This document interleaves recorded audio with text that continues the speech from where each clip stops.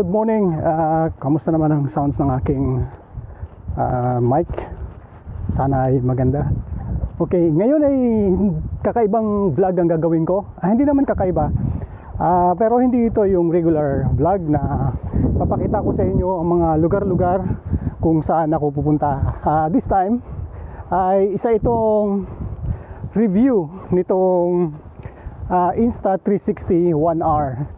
So kung interesado ka sa isang maliit na camera, vlogging camera, at naghahanap ka ng mga alternative na kung ano yung magandang pang vlog, ay ito na yung pagkakataon mo. So keep watching.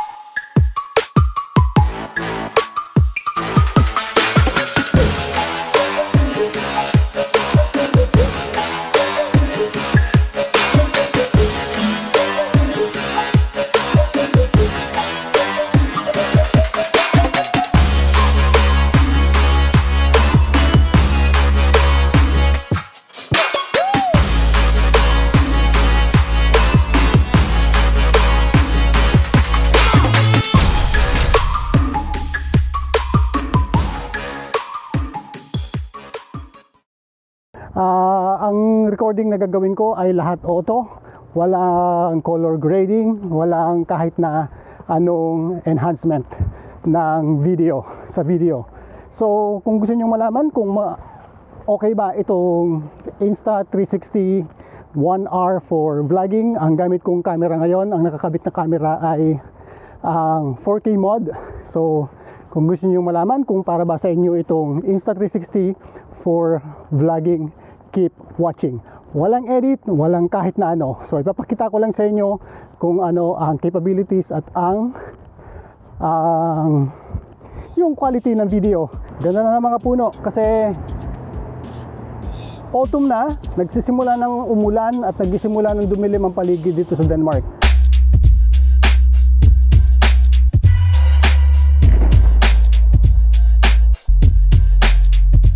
Dito kami nagpunta sa area ng Copenhagen na malapit sa city. Hindi pa ito city pero malapit sa city kasi magsimula kami rito, lalakad kami ng papunta sa city center. Ganito ang kanyang kulay pag nakaharap ako sa araw at ganito ang kulay pag nakatalikod ako sa araw. So kamusta naman ang kanyang dynamic range? Hindi ko siyempre mapansin kasi masyadong maliit ang screen ng camera na ito. Yun ang isang disadvantage ng Insta360 1R. So kung kayo ay naghahanap ng mas malaking screen, ay hindi ito ang camera para sa inyo. Masasabi ko na itong camera na ito ay isa or hindi isa. Ito ang pinaka, para sa akin, hindi ko alam ang opinion ng iba ha. Para sa akin, ito ang pinaka versatile action camera ngayong taon.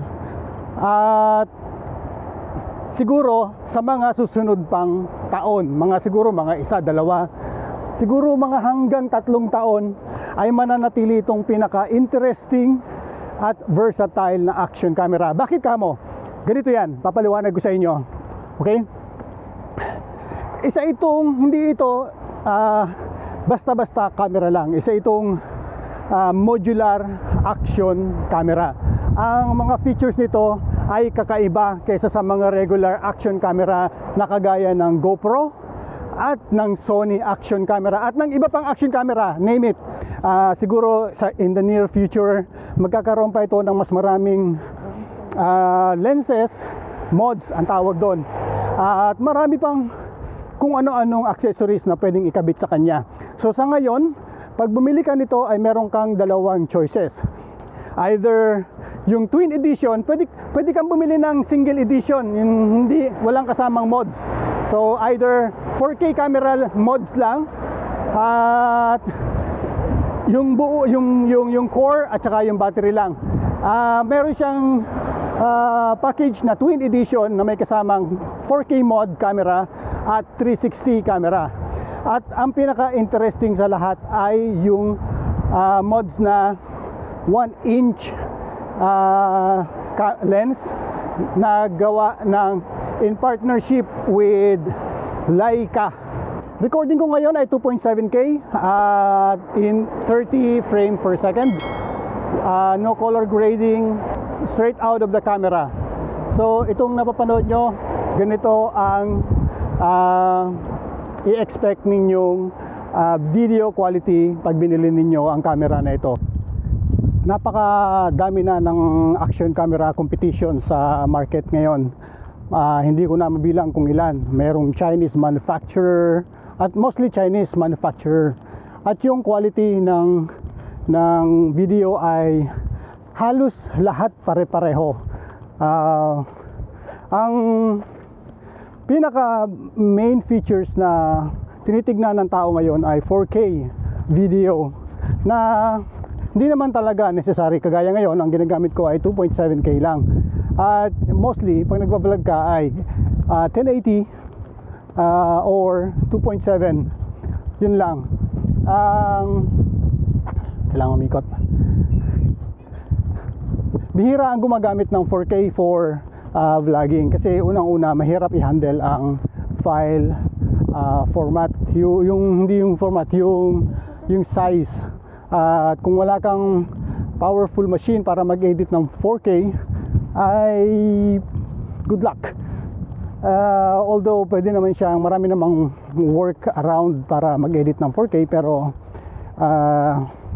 mainly talaga mostly yung ginagamit lang ay 2.7 or 1080. Kung ito ang kamerang para sa iyo, ang presyo nitong action camera na ito ng Insta360, yung single lens ay $299 sa US. Kung sa Europe ay €299 or €300. Kung yung twin edition naman ay €500. At yung 1-inch edition ay around 600, hindi ko matandaan, around €650 or €600. Ang tatlo, kung bibilhin mo yung twin edition at yung 1-inch mod ay around siguro mga €800.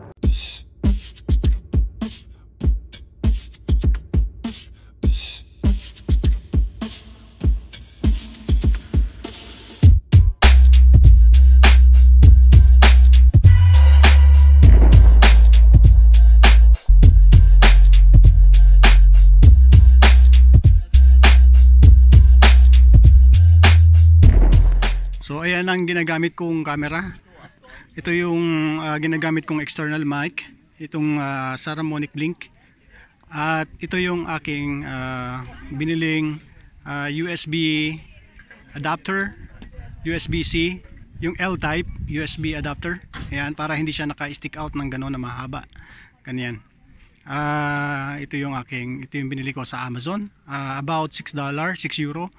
At ito yung Insta360 mic adapter na special na gawa ito ng Insta360. So ito yung Insta360 1R. At ganito yung kanyang likod. Okay? Pwede mong baliktarin itong screen at pwede mong ilagay sa likod. Ano ang ayaw at gusto ko dito sa camera na to? Okay, unahin natin yung mga ayaw ko.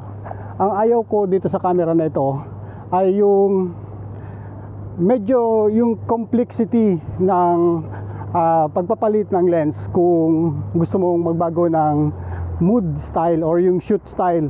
Halimbawa gusto kong kumuha ng 360, kailangan kong tanggalin ang itong camera sa case, lalo na kung nakalagay siya sa case, or kailangan ko pa siyang paghiwa-hiwalayin para makakuha ko ng 360 or or kung gusto kong gamitin yung 1K 1-inch mood edition. Ang pangalawa na ayaw ko sa camera na ito ay yung kanyang, ang isang ayaw ko sa kanya ay yung battery life niya. Kung hindi ka bibili ng extra battery, yung mas malaking battery, napakaigsi ng battery life nitong camera na to. Ang isa pang mahina dito sa Insta360 1R ay yung mic niya, yung internal mic niya. Pero mas marami akong gusto sa camera na to. Ayaw. Ang unang gusto ko dito sa camera na to ay kagaya ngayon, wala akong masyadong maraming dala. Wala akong dalang kahit na ano. Ito lang ang camera na to. At pwede kong gawin lahat ng gusto kong style o ng video ngayon. Nasaan na yung aking isang lens? Okay. Dito, ito yung aking 360 lens na nakalagay lang sa bulsa ko. So hindi ko na kailangan ng extra bag, hindi ko na kailangan ng kahit na ano. So mas convenient yung pagta-travel dahil ang dala mo ay isang maliit na camera na lang at dala mo na lahat. 360 camera, 1-inch edition na lens at 4K action camera lens. Pero kung action camera lang din naman ang hanap nyo, na may iba pa kayong choice, yung gusto nyo ay meron pa kayong ibang gustong magawa sa action camera nyo, ay ito yung camera para sa inyo. Otherwise, kung tamad kayong magpalit ng lens at ang gusto nyo ay yung parang run and go, ay hindi ito ang para sa inyo. Pero at least meron kayong choice. Yun ang kagandahan dito sa Insta360 1R. Alright, hanggang dito na lang at see you next time. Peace!